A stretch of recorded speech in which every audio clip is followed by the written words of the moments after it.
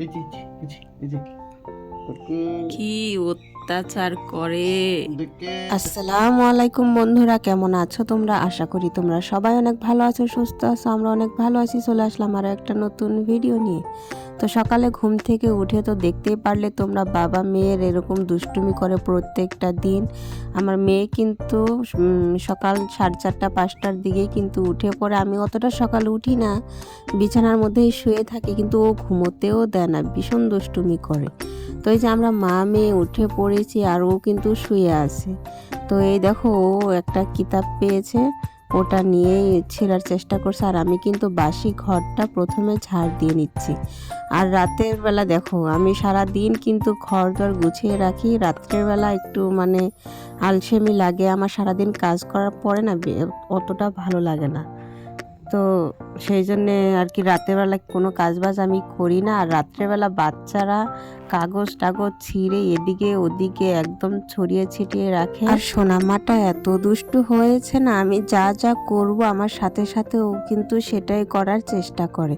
আমি ঘর ঝাড় দিচ্ছিলাম আর ও কিন্তু ওই ঝাড়ুটা নিয়ে ও ঘর ঝাড় দেওয়ার চেষ্টা করছিল। তো এখন আমরা এই যে বাইরে চলে এসেছি, একটু হাঁটাহাঁটি করছিলাম আর ওকে নিয়ে একটু দুষ্টুমি করছিলাম। তো ও দেখো তোমাদেরকে হাই করে দিচ্ছে। ভীষণ ভীষণ একটা ভালো মেয়ে, ও যা দেখবে তাই করার চেষ্টা করবে। দেখতে পাচ্ছ, ও কিন্তু হাই করে দিচ্ছে। তো এখন দুই মা মেয়ে মিলে একটু খুনসুটি করব, দুষ্টুমি করব, তারপরে গিয়ে রান্নাবান্নার কাজগুলো করব। তো তোমাদের সাথে আমি একটু কথা বলছিলাম, বাইরে একটু মুরগির আওয়াজ হচ্ছিল ভীষণভাবে। তো কথাগুলো ভালোভাবে বোঝা যাচ্ছিল না, সেই জন্য কিন্তু আমি মিউট করে দিছি। আমি ভয়েসেই আর কি বলে দিলাম তোমাদেরকে। আর বড় ছেলেও কিন্তু ঘুম থেকে উঠে পড়লো, এইমাত্র কিন্তু উঠলো। দেখো চোখ মুখ একদম ফুলে গেছে, মানে রাতে ভালো ঘুম হয়েছে, মুখ দেখেই বোঝা যাচ্ছে। তো ওরকে বললাম যে মেয়েকে ধর, আমি কাজবাজগুলো করে নেই। শুধু ঘরটাই তো ঝাড় দিয়েছি, উঠোন কিছু ঝাড় দিই নেই। তো উঠোনগুলো ঝাড় দিয়ে চলে আসলাম কলপারে। এখন এই যে কলসি দুটো মেজে নিলাম ভালোভাবে। এইগুলোর মধ্যে পানি রাখা হয়, তো খাওয়া পানিগুলো ওই কলসির মধ্যেই রাখি। তো 2-3 দিন পর পর যদি না ঘষে মেজে রাখি না, একদম ভালো লাগে না, কীরকম যেন লাগে। তো গ্রামের বাড়িতে তো অনেকটা ধুলোবালি হয়, সেই জন্য সব কিছুই কিন্তু ঘষে মেজে একদম পরিষ্কার করে রাখতে হয়। আর সকালে কিন্তু এই যে দেখো ভাতগুলো ভেজে নিলাম। সকালে ভাত ভাজা খেয়েছি আর চা বানিয়েছিলাম, ভাতও রান্না করেছিলাম, ডাল রান্না করেছিলাম। সেগুলো আর তোমাদের সাথে শেয়ার করা হয়নি, তার কারণ একটু দেরি হয়ে গেছিলো, বাচ্চাদের পরীক্ষা ছিল। তো আজকেই কিন্তু লাস্ট পরীক্ষা ছিল, তো সেই জন্য আর শেয়ার করিনি। তো ওদিকে কাপড় চোপড়গুলো ধুয়ে অল্প এই যে ক্ষেতের দিকে চলে আসছিলাম মেয়েকে নিয়ে। আর এই দেখো মুরগি দুটো দেখে আমার কিন্তু ভীষণ ভালো লাগছিল, সেই জন্য তোমাদের সাথে একটু শেয়ার করে নিলাম। আর মেয়েকে গা ধুইয়ে একদম পরিপাটি করে দিয়েছি ওকে। এখন তো শীতকাল, সেই জন্যে কিন্তু তাড়াতাড়ি গা ধোয়াই, 10টা 10:30টার মধ্যেই কিন্তু আমি ওকে গা ধুইয়ে দিই। বেলা তো ছোট, এখন তাড়াতাড়ি সন্ধে হয়ে যায়। আর এখন কিন্তু রোদও অতটা ওঠে না। তো কাপড় চোপড়গুলো কিন্তু সকালেই আমি ধুয়ে নিয়েছি ঘর গোছানোর আগেই।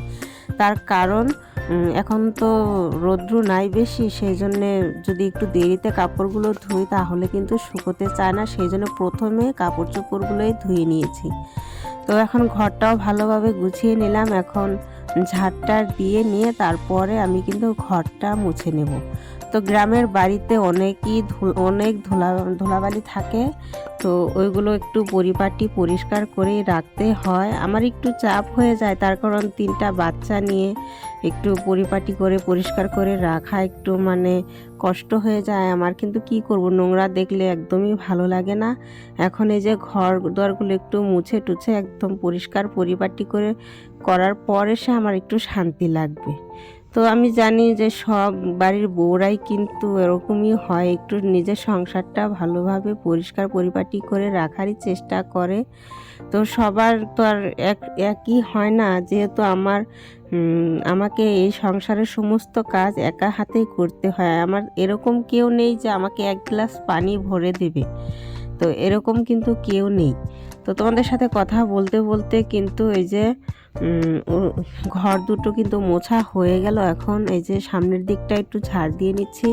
পুরো উঠোনটা এখন ঝাড় দেবো না, শুধু এই সামনেরটা একটু ঝাড় দিয়ে নিচ্ছি, একদম বাজে লাগছিল দেখতে সেই জন্যে। আর এই যে হেসেল পাটটা দেখতে পাচ্ছ এখন তোমরা কীরকম লাগছে। তো হেসেল পাটটা একটু ভালোভাবে লেপে মুছে নেব আজকে। কালকে তো রবিবার ছিল, রান্না করা হয়েছিল, অনেক দিনই হয়ে গেল লেপেছিলাম, তো ভাবলাম যে আজকে একটু লেপে নিই।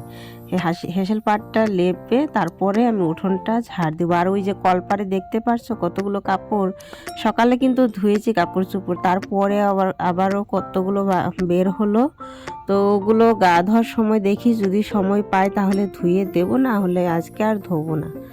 তো ওই যে এখন মাটি নিয়ে চলে আসলাম, এর মধ্যে কিন্তু গোবরও মেশানো আছে আর মাটিও আছে, ওইগুলো দিয়ে এখন ভালোভাবে লেপে মুছে নেব। এই গ্রামের বাড়িতে এই মাটির হেসেল এইসব কিন্তু উঠোনের মধ্যে হেসেল থাকলে কিন্তু দেখতেও ভীষণ ভালো লাগে। তো এইগুলো একটু লেপা মোছা করে নিতে হয়, লেপা মোছা না করলে কিন্তু একদমই বাজে লাগে। আর 2-3 দিন পর পর যদি একটু লেপে মুছে নেওয়া যায় না, তাহলে দেখতে সেই সুন্দর লাগে। এমনিতে দেখবে যে পাকা ঘরের থেকে এরকম মাটির ঘর কিন্তু দেখতে বেশি সুন্দর হয়। হ্যাঁ একটু কষ্ট হয়, কিন্তু দেখতে অনেকটাই সুন্দর লাগে। তো এই যে মেয়ে কিন্তু এখন ঘুমিয়ে আছে, ওকে তো গাটা ধুয়ে খাইয়ে দিয়ে পাশের বাড়িতে দিয়ে এসেছিলাম, তারপরে কিন্তু আমি ঘর দুয়ারের কাজগুলো করলাম। এখন ওকে নিয়ে একটু শুয়েছিলাম, ও কিন্তু ঘুমিয়ে গেছে, ভাবলাম যে তাড়াতাড়ি একটু ল্যাম্পা মোছাগুলো করে নিই।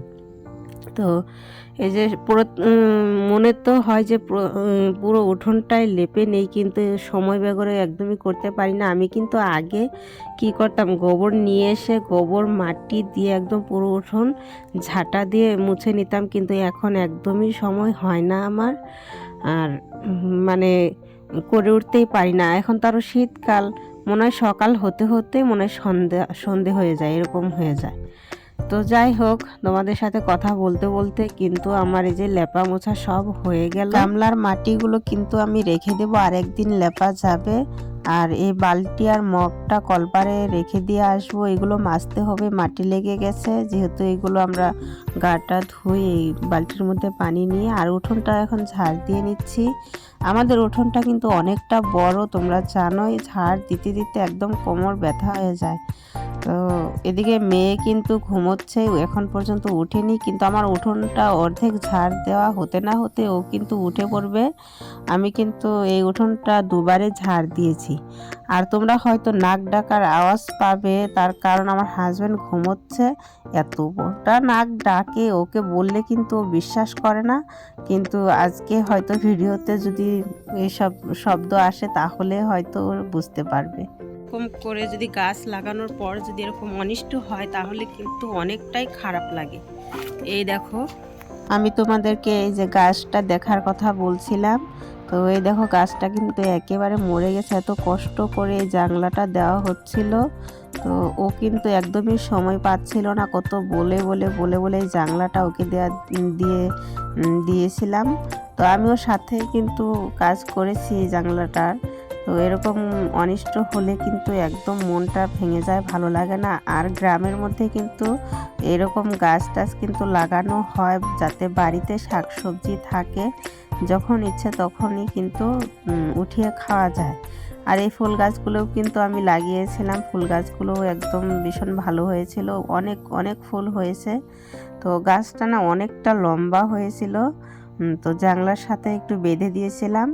আর বাড়ির সামনেও আমি ফুল গাছ লাগিয়েছিলাম, কিছুদিন আগে আমি উঠিয়ে ফেলেছি।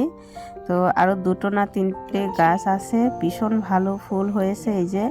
তো ভেবেছি যে এই বীজগুলো রেখে দিব, আবারও পরের বছর লাগানো যাবে।